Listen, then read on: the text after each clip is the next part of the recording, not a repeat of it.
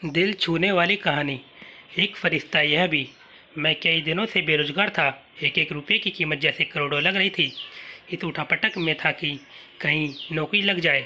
आज एक इंटरव्यू था, पर दूसरे शहर जाने के लिए जेब में सिर्फ 10 रुपये थे। मुझे कम से कम 200 रुपये की ज़रूरत थी। अपने इकलौते इंटरव्यू वाले कपड़े रात में धोकर, पड़ोसी की प्रेस मांग के तैयार कर पहनकर, अपने योग्यताओं की मोटी फाइल बगल में दबाकर 2 बिस्किट खा के निकला। लिफ्ट लेकर पैदल जैसे तैसे चिलचिलाती धूप में तरबतर बस इस उम्मीद में स्टैंड पर पहुंचा कि शायद कोई पहचान वाला मिल जाए जिससे सहायता लेकर इंटरव्यू के स्थान तक पहुंच सकूं। काफ़ी देर खड़े रहने के बाद भी कोई नहीं दिखा। मन में घबराहट और मायूसी थी।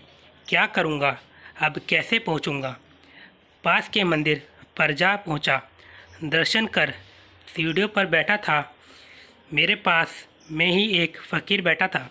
उसके कटोरे में मेरी जेब और बैंक अकाउंट से भी ज़्यादा पैसे पड़े थे। मेरी नज़रें और हालात समझ के बोला, कुछ मदद चाहिए क्या?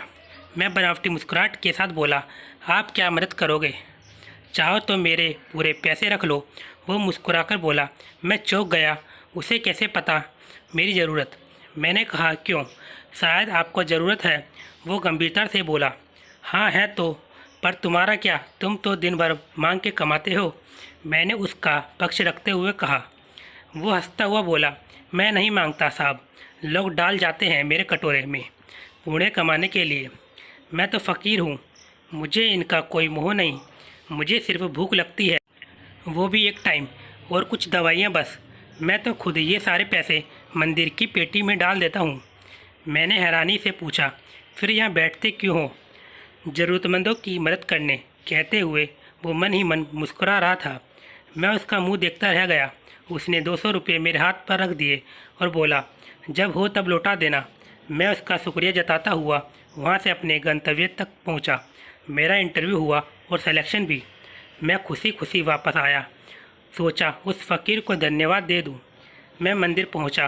बाहर सीढ़ियों पर भीड़ लगी थी। मैं घुस के अंदर पहुँचा। देखा वही फ़कीर मरा पड़ा था। मैं भौचक्का रह गया। मैंने दूसरों से पूछा, यह कैसे हुआ? पता चला वो किसी बीमारी से परेशान था, सिर्फ दवाइयों पर जिंदा था। आज उसके पास दवाइयाँ नहीं थी और न उन्हें खरीदने के पैसे। मैं अवाक सा उस फ़कीर को देख रहा था। अपनी दवाइयों के पैसे वो मुझे दे गया था। जिन पैसों पे उसकी ज़िंदगी का दारोमदार था, उन पैसों से मेरी ज़िंदगी बना दी थी। भीड़ में से कोई बोला, अच्छा हुआ मर गया, ये भिखारी भी साले बोझ होते हैं, कोई काम के नहीं। मेरी आंखें डबडबा आई। वो भिखारी कहाँ था? वो तो मेरे लिए भगवान ही था, नेकी का फरिश्ता, मेरा भगवान।